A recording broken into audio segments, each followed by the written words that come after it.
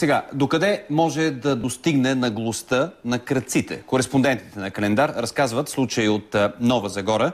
Семейство в града стана жертва на безпрецедентна кражба. За по-малко от седмица фамилията останала без наследствената си вила в Еленския Балкан. Вместо къщата, хората заварили единствено няколко камъка и греди.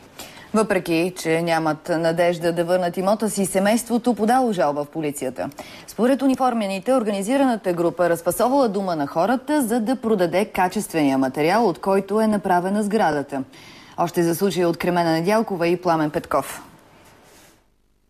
Семейство Кънчеви живее в Нова Загора, но 2 пъти в годината ходи на почивка в наследствената къща в Еленския Балкан. Иван Кънчев разказва, че получил вилата от дядо си, а един ден имотът щял да остане за децата му. Отидох на пистото и заварях всичко срутено до основи. Апетитен е дървения материал над 50 кубик. Това е дъбов материал, който е много ценен. Семейството твърди, че не за първи път къщата им е ставала обект на вандалски набези, защото в района няма полиция. Аз не знае в една правова държава, европейска, възможно ли е това да се случи? Веднага след като видяли, че къщата им няма, семейството отива в полицейското управление в Елена и подава жалба. От тогава униформените твърдят, че работят по случая. И потърпевшите, и полицията са категорични, че става дума за организирана група, която продава качествения строителен материал. Работи се по случая, водят се разпити. Към момента в полицията няма информация за разграбване на други къщи в тази махала.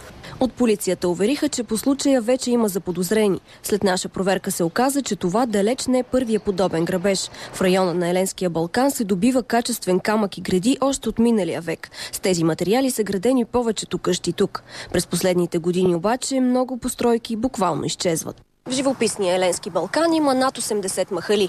От години много от масивните каменни къщи са необитаеми и затова крадците действат безнаказано. За по-малко от денонощие добре организирана група събира материала и го откарва до предварително оговорено място. Оттам стоката се изнася в чужбина.